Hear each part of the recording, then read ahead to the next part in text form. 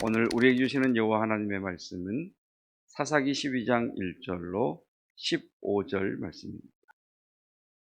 사사기 12장 1절로 15절 말씀 가운데 7절까지 말씀, 12장 1절로 7절까지 말씀만 오늘 보겠습니다. 오늘 우리에게 주시는 여호와 하나님의 말씀입니다.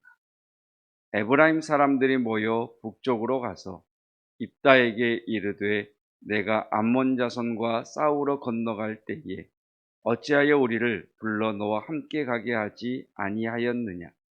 우리가 반드시 너와 내 집을 불사르리라 하니 입다가 그들에게 이르되 나와 내 백성이 암몬 자손과 크게 싸울 때에 내가 너희를 부르되 너희가 나를 그들의 손에서 구원하지 아니한 고로 나는 너희가 도와주지 아니한 것을 보고 내 목숨을 돌보지 아니하고 건너가서 암몬 자손을 쳤더니 여호와께서 그들을 내 손에 넘겨주셨거늘 너희가 어찌하여 오늘 내게 올라와서 나와 더불어 싸우고자 하느냐 하니라.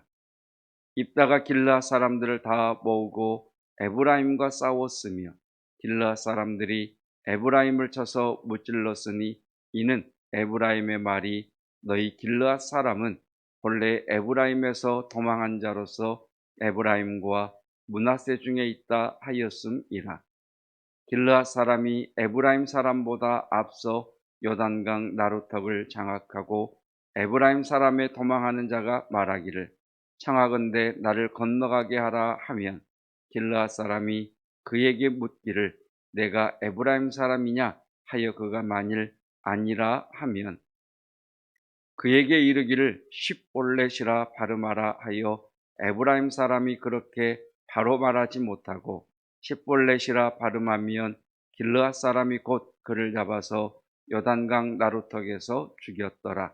그때에 에브라임 사람의 죽은 자가 42,000명이었더라. 입다가 이스라엘의 사사가 된 지 6년이라 길르앗 사람 입다가 죽음에 길르앗에 있는 그의 성읍에 장사되었더라. 아멘. 하나님의 말씀입니다. 자, 이스라엘 나라는 12지파로 구성되어 있습니다. 그 12지파는 요단강을 중심으로 해서 하나님이 약속하신 가나안 땅의 9지파 반, 그리고 그 요단강을 건넌 요단 동편 쪽에 2지파 반, 이렇게 가나안 땅과 인접해 있는 지역의 2지파 반, 이렇게 자리를 잡았습니다. 그러다 보니 가나안 본토에 있는 이스라엘 백성들과 요단강 건너편에 있는 2지파 반 사이에는 알지 못하는 지역 감정, 우리가 너무나 설명하지 않아도 잘 알 수 있는 그런 지역 감정이 있었습니다. 그런데 암몬과의 전쟁에서 대대적인 승리를 취한 입다는 바로 가나안 본토에서 보았을 때는 요단강 동편에 있는 므낫세 반지파에 속한 사람입니다. 이 입다가 암몬과의 전쟁에서 크게 이겼다는 소식이 이스라엘 온 나라에 퍼지자 가나안 본토에 있는 지파 가운데 가장 큰 영향력이 있는 에브라임 지파가 옛날 병이 다시 도졌습니다. 기드온 때에도 늦게 나타나서 전리품을 얻는데 숟가락을 얹었던 에브라임 지파가 또다시 입다의 승리에 대해서 시비를 걸면서 왜 전쟁 가운데 우리를 부르지 않았느냐라고 입다에게 시비를 걸어오게 되고, 그 결과 6절 말씀입니다. 밑에서 세 번째 줄부터 보시면 에브라임 사람의 죽은 자가 42,000명 표시를 해보십시오. 42,000명. 이 입다가 속한 지파, 이 요단 동편에 있는 사람들과 그리고 에브라임 사람과의 내전을 통해 죽음을 당한 자가 42,000명이나 됩니다. 입다가 암몬 자손을 쫓아내면서 얼마를 죽였는지 모르겠지만 에브라임과의 내전, 내부 싸움을 통해서 무려 42,000명을 죽입니다. 이 42,000명을 죽임에 있어서 성경은 그들과의 대대적 전투를 통해 42,000명을 죽인 것인지, 아니면 요단강 나루턱에서 죽인 자가 42,000명인지는 정확하게 밝혀주고 있지는 않습니다만, 여튼 죽임을 당한 42,000명 가운데 상당한 숫자의 에브라임 사람들이 요단강 나루턱에서 죽임을 당합니다. 가나안 본토와 입다가 있는 이 지역은 요단강을 중심으로 나누어져 있다고 그러지 않았습니까? 그래서 본토 사람이 요단강을 건너와 시비를 걸었다가 싸움에 지고 다시 요단강을 건너 가나안 본토로 가려고 할 때 네가 에브라임 사람이냐? 아니다. 그러면 쉽볼렛이라고 하는 발음을 해보라고 했을 때 아마 선천적으로 에브라임 사람들은 그 발음을 못했던 것 같습니다. 그래서 그 발음의 차이를 보고 이 입다에 속한 사람들이 에브라임 사람들을 42,000명을 죽이게 됩니다. 얼마나 사람이 잔인해야 자기 동족을 이렇게 무참하게 죽일 수 있을까? 그 원인은 우리 1절 말씀에 있습니다. 1절 말씀. 왜 이런 사단이 나게 되었는지. 자, 에브라임 사람들이 모여 북쪽으로 가서 입다에게 이르되 내가 암몬 자손과 싸우러 건너갈 때에 어찌하여 우리를 불러 너와 함께 가게 하지 아니하였느냐. 여기까지는 그래도 좀 들어줄만 합니다. 물론 화가 나기도 하지만 좀 들어줄만 합니다. 그런데 해야 할 말이 있고 하지 말아야 할 말이 있죠. 정신적인 폭력이 물리적 폭력의 연료다라고 하는 말이 있습니다. 여러분, 그러니까 말이 정신적인 폭력을 가하는 것이지 않습니까? 이 말이 물리적인 폭력을 가져오는 겁니다. 이 에브라임 지파가 이어서 하는 말, 밑줄을 한번 그어 보십시다.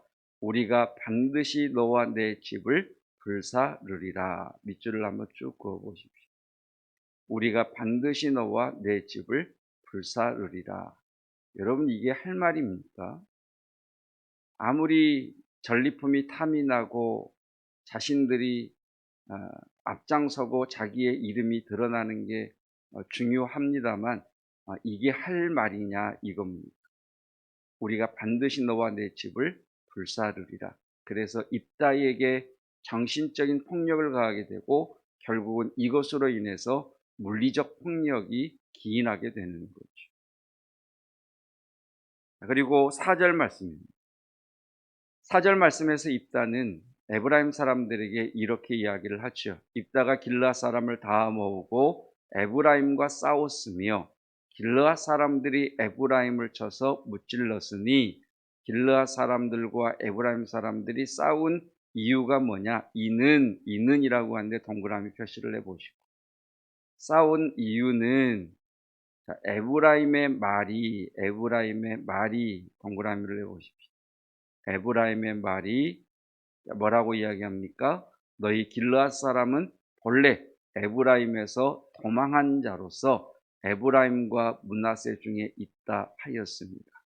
에브라임과 므낫세는 형 아우 요셉의 두 아들의 후손입니다. 그러니까 큰 집, 작은 집.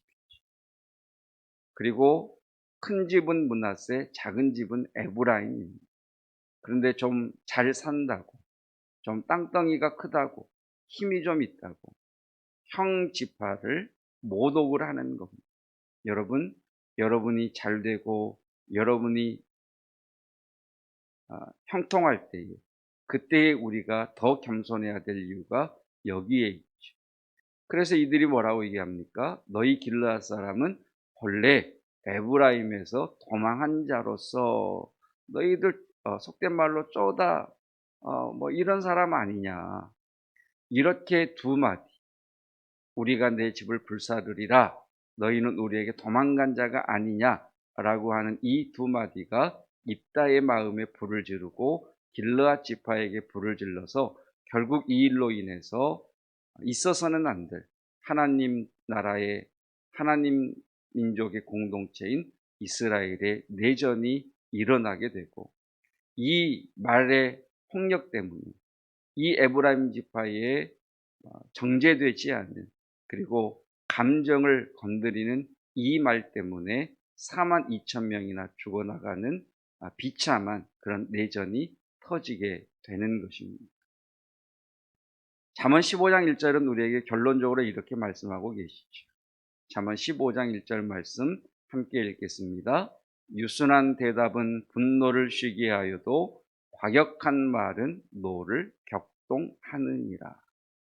우리가 교회 다닌 세월만큼이나 말에 대해서 정말 많은 말씀들을 들어왔습니다.